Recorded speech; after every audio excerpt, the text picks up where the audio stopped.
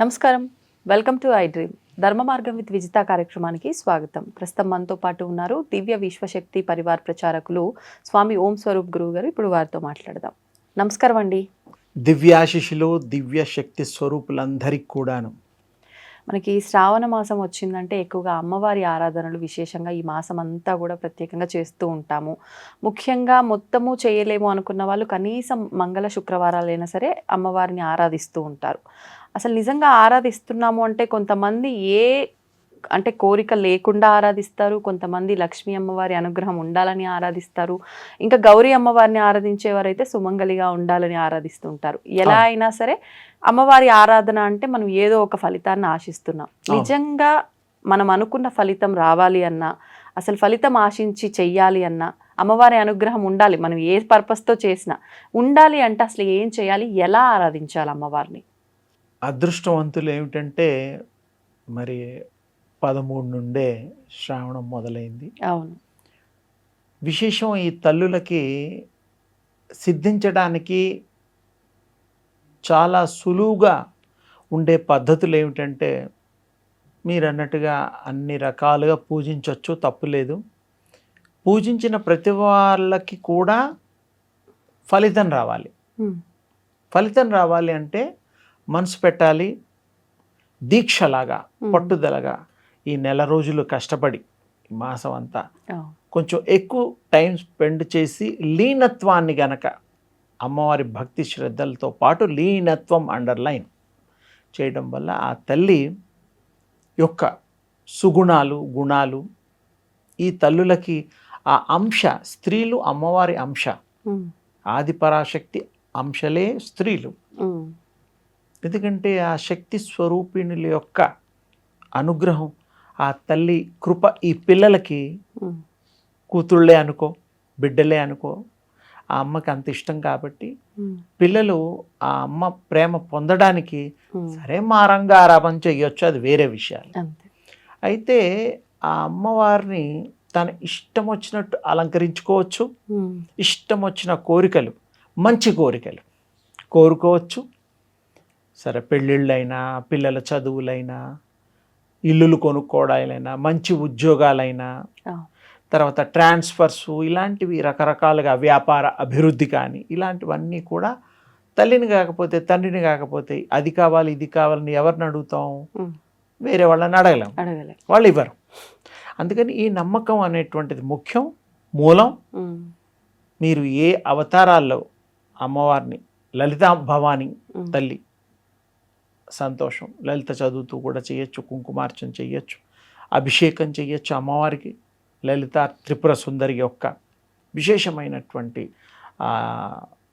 మనోసులో హృదయ పీఠంలో కూర్చోబెట్టుకొని ఆ అమ్మవారిని కొలిస్తే సకల సంపదలు సత్వరము ఇన్స్టెంట్ ఇస్తాయి, అమ్మవారి కృప కలుగుతాయి.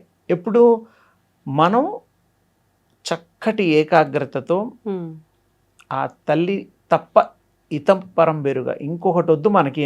30 రోజులు అమ్మవారికి వ్రతం, ఎలాగైతే దీక్షలు చాలా రకరకాలుగా చేస్తారు, సరే విజయవాడలో కూడా చేస్తున్న భవానీ పూజలు అవి ఇవి రకరకాలు ఉన్నాయి. అలాగే అమ్మవారిది కూడా, లలిత అమ్మవారిది ప్రత్యేకించి. అలాగే స్థిర లక్ష్మీ అమ్మవారు. లక్ష్మీ అమ్మవారు అనగానే సరే మనకి దీపావళికి తప్ప, మామూలుగా ఫ్రైడేలు తప్ప పెద్దగా గుర్తురాదు. లక్ష్మీ వారం ఒకటే చెప్పుకోవడానికి బాగుంటుంది, చేయడానికి బాగుంటుంది. కానీ అమ్మవారిని ఆ వారానికి ఒకసారి కాకుండా నిత్యము మనం గనక అమ్మవారిని కొలిస్తే రోజు మనకి అమ్మవారు రక్షణ, ధనాన్ని, మనకు కావలసిన ఎదుగుదలని ఇస్తుంది. ఎప్పుడు మనం నిత్యం కోరాలి. ఇప్పుడు ఆహారం తీసుకుంటాం, ఆహారం తీసుకున్నప్పుడు ఏంటి 3 గంటలకో 4 గంటలకు ఒకసారి ఆకలిస్తుంది, మరి తింటాం, మళ్ళీ ఎనర్జీ వస్తుంది, బూస్ట్ అవుతుంది. అలాగే స్నాక్స్ అని అవన్నీ మనం మామూలుగా దైనందిక జీవితంలో ఎలాగైతే చేస్తామో అదేవిధంగా ఈ శరీరం నిలబడడానికి మనం ఎంత కేర్ తీసుకుంటున్నామో అలాగే భక్తి అనేటువంటి ఆ యొక్క అమ్మవారిని కొలిసే విధానంలో ముఖ్యంగా భక్తి మన సమర్పణా భావంతో ఏకచిత్తంతో గనక మనం చేస్తే తప్పకుండా ఆ ట్రాన్స్మిషను మాటలు మాట్లాడేటప్పుడు కూడా మనుషుల్లో మొహం చూస్తూ మాట్లాడతాం. ఎందుకు? ఏకాగ్రత కోసం వాళ్ళు వింటుంటారు, చేస్తుంటారు. అలాగే అమ్మవారి పూజలు చేసేటప్పుడు కూడా పటం కానీ, దేవుడి పటం కానీ, అలంకరణతో పాటు విగ్రహ రూపంలో కానీ మీ ఇష్టం, మీకు ఏది అనుకూలంగా ఉంటే అది పెట్టుకొని మీరు అమ్మవారిని ఏకదీక్షగా తీక్షణంగా అలా కళ్ళల్లో కళ్ళు పెట్టి అమ్మవారిని గనక మీరు చూడగలిగిన నాడు, ఏకాగ్రత నిలపగలిగిన నాడు ఆ తల్లి మొహంలోంచి ఫోటో ఏదైతే ఉందో ఆ ఫోటోగా ఉండకుండా ఒక తల్లి కూర్చున్న భావం, జీవంతో ఉండే మన వాళ్ళతో మాట్లాడే వాళ్ళంతా జీవంతో మాట్లాడతాం. ఇప్పుడు నేను మీతో మాట్లాడుతున్నాను, మీరు సజీవంగా ఉన్నారు. నేను విగ్రహంతో మాట్లాడడం లేదు, కదలే ఆడే తల్లితో మాట్లాడుతున్నాను. ఆ విధంగా గనక మనం ప్రాక్టీస్ చేస్తే అమ్మవారిని చూడడం నిజంగా మీ అమ్మవారు ఎంత మరి జీవం పోసుకున్న తల్లులు ఉన్నారో అలాగే ప్రాణం పోసుకుని ప్రాణాన్ని ఇచ్చేటువంటిది, ప్రాణాన్ని ప్రసరింపచేసేటువంటి దివ్య శక్తి, విశ్వశక్తి అమ్మవారు మీకు అమ్మవారు అయిపోతుంది. విగ్రహం ఉండదు అక్కడ, అందరికీ కనబడదు. ఎవరైతే చేస్తారో ప్రాక్టీసెస్, ఎవరైతే తలుస్తారో, ఎవరైతే కొలుస్తారో వాళ్ళకి మాత్రమే, వేరే వాళ్ళకి లేదు. అంటే ఎలాంటి ప్రాక్టీస్ అంటున్నారు? జస్ట్ చూడడం, ఇలా కళ్ళల్లో కళ్ళు పెట్టి చూడడం, తర్వాత మీరు ఏకాగ్రత చేయడం.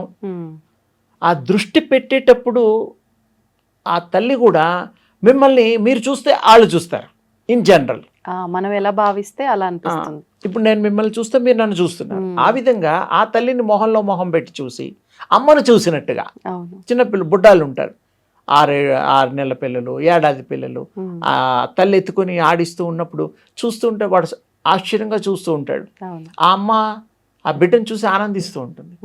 అంటే ఆ ప్రేమ, అనురాగము, ఆత్మీయత ఇవన్నీ కుదురుతాయి. ఈ తల్లి కూడా విశ్వజనని, జగజ్జనని, జగన్మాయ కాబట్టి, అందరికీ తల్లి కాబట్టి మనం కూడా ఆ విధంగా మొహంలో చూస్తే, ముఖార విందాన్ని చూస్తే దివ్య ప్రభ తేజోమయమైనటువంటి తల్లి ఆ మొహం చూడడంతో మనకి ఆ అమ్మవారు కూడా మనని చూస్తుంది. మనం చూసినప్పుడు అమ్మవారు చూస్తుంది, గ్యారంటీ. ఎవరినైనా మొహంలో మొహం పెట్టి చూస్తే వాళ్ళు మనని చూస్తారు కదా సహజంగా. మరి అమ్మవారి మీద కాన్సన్ట్రేషన్ చేసి అమ్మవారిలో లీనత్వాన్ని మనం మరి అవి చూస్తే అమ్మవారు కూడా మీకు యద్భావం తద్భవతి యదో దృక్ తదో భావ. మీ ఏ దృష్టి అయితే ఉంటుందో ఆ అమ్మ కూడా అదే దృష్టితో ఏది అడిగితే అదే ఇస్తుంది. మనం అన్నీ ఇమ్మంటే అన్నీ కాదు, మీకు ఏ కోరికలు ఆ కోరికలు తీరుస్తుంది. అలాగే అమ్మవారిని ఆ విధంగా తాదాత్మ్య భావంతో కనుక మనం కోరుకున్న నాడు, కొలిచిన నాడు, నిత్యము సత్యము అనంతంగా జీవిత కాలంలో అమ్మవారిని, అమ్మని మర్చిపోకుండా మనం చూస్తే ప్రతి నిత్యము ఆ తల్లి మీ తల్లిలాగా మంచి చెడులు కనుక్కుంటుంది, మాట్లాడుతుంది. మాట్లాడిన వాళ్ళు ఎంతోమంది ఉన్నారు మన చరిత్రలో, పురాణాలలో దేవుళ్ళతో మాట్లాడిన వాళ్ళు ఉన్నారు కదా. ఇప్పుడు కొత్త ఏం కాదు. కానీ ఎప్పుడు మాట్లాడాలి? ఆ తపస్సు అంటే, తపస్సుకు అర్థం తప తప తప అంటే తప్పించిపోవడం. తప్పించిపోవడం అంటే అది తప్ప వేరేది చేయకపోవడం, దాన్నే తపస్సు అంటారు.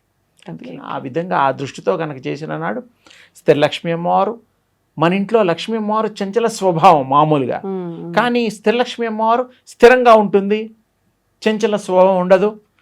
మీరు ఎంత సంపాదించినా మీకు చక్కగా ఇంట్లో నిండుకుండా లాగా తొణకక ఉంటూ ఉంటుంది. ధన రాసులు అన్నీ కూడా, సిరి సంపదలు అన్నీ ఆ ధనలక్ష్మి అమ్మవారు, స్థిరలక్ష్మి అమ్మవారు, ధనలక్ష్మి అమ్మవారు ఒకటే, కానీ స్థిరం అంటే ఉండేటువంటిది. అందుకని ఆ పదం వాడాం. అందుకని అది చాలా విశేషము. అందుకని అమ్మవారు మనకి దండిగా ఎన్నో ఊహించలేనంత మెండుగా మనకి ప్రసాదిస్తుంది. చాలా సింపుల్ టెక్నిక్. మంత్రం చదువుతూ మానసికంగా మొహం చూడండి, లలితాపారాయణం చేస్తూ మొహం చూడండి. మొహం చూడడమే పని. అప్పుడు ఏమవుతుంది? మన మైండ్ మస్తిష్కంలో ప్రింట్ అయిపోతుంది. ఎవరినైనా చూసిన వాళ్ళని 10 ఏళ్ల క్రితం 5 ఏళ్ల క్రితం వాళ్ళని ఎలా గుర్తుపడతాం? అవునండి మిమ్మల్ని అక్కడెక్కడో చూశాను, ఇక్కడెక్కడో చూశాను, మీరు మా చుట్టంలో ఆ దూర బంధువు, ఇవన్నీ అనుకుంటూ ఉంటాం. అమ్మవారు అందరికీ బంధువే. అమ్మవారు బంధుత్వం అంటే ప్రేమ తత్వ రూపం. అందుకని అమ్మవారిని చూస్తూ ఉంటే సంబంధం ఏర్పడుతుంది. కళ్ళు మూసినా తెరిచినా అమ్మ గుర్తొస్తుంది. ప్రతిదీ చెప్పుకోవచ్చు. అమ్మవారికి హృదయం విప్పి సమర్పణ భావం చెయ్యొచ్చు. మన కోరికలన్నీ తీర్చుకోవడానికి ఇది సరి అయిన మార్గం. చక్కగా ఈ మాసాన్ని మీరు అమ్మవారిని కొలుస్తూ అమ్మవారిని ప్రత్యక్షం కూడా చేసుకోవడానికి అవకాశం ఉంటుంది. ఆ మంత్రాలు కూడా మననేతి మంత్ర, ఎప్పుడు మీరు మననం చేస్తే అదే మహామంత్రంగా అయిపోతుంది. మీకు చక్కగా అమ్మతో మాట్లాడచ్చు. ఆ అమ్మ రూపం మీరు ఒక అంశ వస్తుంది. ఎలాగైతే మీ పిల్లలు కూడా మీ అంశే, మీ గుణాలు మీ రంగు ఎలా వస్తుందో ఈ యొక్క సద్భావం చేత అమ్మవారిని కొలవడం వల్ల అమ్మవారి గుణగణాలు అమ్మవారి రూపురేఖలు మీలో వచ్చి మీరు అమ్మవారి స్వరూపాలు అయిపోతారు. ఖచ్చితంగా మీరు చేస్తే మీరే అమ్మవారు అయిపోతారు. అమ్మే మీరు, మీరే అమ్మ. మీ హృదయంలో అమ్మే ఉంటుంది, ఊపిరిలో అమ్మ ఉంటుంది, పీల్చే వాయువులో అమ్మ ఉంటుంది. ఇంకేం కావాలి? మీరే అమ్మవారు అన్నప్పుడు మీరు మంచే చేస్తారు, మంచి ఇస్తారు. సర్వము మీ ఆధీనంలో. మంచివే సుమా. చెడు చేయాలి అంటే అది రాదు. అమ్మవారు చెడు చెయ్యనివ్వదు. చేసినా బుద్ధి వచ్చేటట్టు ఒక జన్మకి అయ్యే శిక్ష 100 జన్మలు కాదు, 1000 జన్మలు కూడా పట్టచ్చు. మళ్ళీ ఈ జన్మ రాదు. అలాంటి పనులు చేయకండి. మంచిగా ఉపయోగించుకోండి. మన కుటుంబాన్ని బాగుపరుచుకునేటువంటి చేయండి. ఇతరులకి మంచి చేయండి. భక్తిని పెంచండి, పెంపొందించండి, ప్రచారం చేయండి. ప్రతి హృదయంలో భక్తి బీజాన్ని మరి నాటండి. అది మహావృక్షాలుగా అయి అమ్మ తనాన్ని, అమ్మ ప్రేమని ఈ యొక్క మానవాళి పంచుకునే విధంగా ఈ శ్రావణ మాసాన్ని ప్రత్యేకించి ఆ అమ్మ దయని పొందండి. అమ్మ దయ ఉంటే అన్నీ ఉన్నట్లే తేలికగా. అందుకని చక్కగా మీరు ప్రాక్టీసెస్ చేస్తూ అమ్మవార్లు యొక్క కృప పొందడానికి అర్హత సంపాదించి అమ్మవారి గుణగణాలని కూడా మీరు పాటించి చరితార్థులు కండి. మీకు అమ్మవారి యొక్క సంపూర్ణ అనుగ్రహాన్ని మీరు పొందుదురుగాక. ధన్యవాదాలు.